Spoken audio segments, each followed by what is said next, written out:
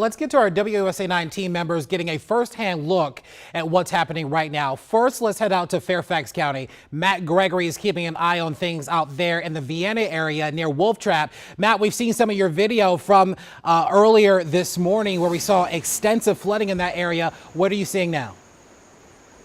Yeah, I mean, this is why they call it flash flooding, right? Because right now where I'm standing, not a whole lot of water at all coming across the road. But let's show you this, because I'm right along Wolf Trap Creek, Larry. And right along here, now you can see it's moving. It's got a steady current, but earlier it was a much bigger current, almost like a rapids, like a river. And what it was doing was it was coming up out of the banks, as you can see here. And at one point, it's gonna be hard to believe, but it was above that guardrail. That's how high the water was here on Beulah Road and Browns Mill Road. Now, I want to show you the video from earlier. You can see just what I was talking about. And this is, I got here about an hour ago and it's already come down.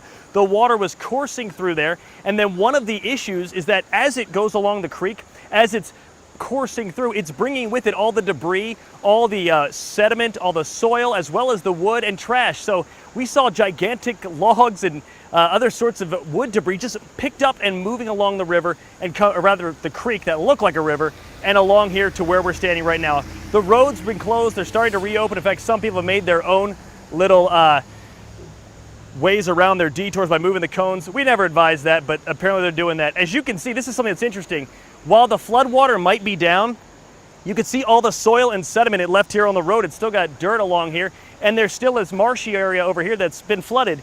It's just now starting to recede, but like I said, when we talk about flash flooding, when we're talking about 1 to 2 inches of rain coming down, once it gathers into these creeks, it starts rolling over roads like this one right here, Beulah Road.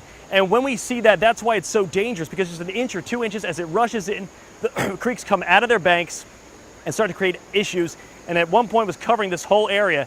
Now, as you can see, an hour later, receded, and we're getting back to a place where they can just come by VDOT Ken and clean some of the debris. But that is why it's so dangerous when it comes to flash flooding, because you don't know how fast the river's gonna move, how fast it's gonna come up, and how long it's gonna last. For now, right now in Vienna, I'm Matt Gregory. Send it back to you, Larry.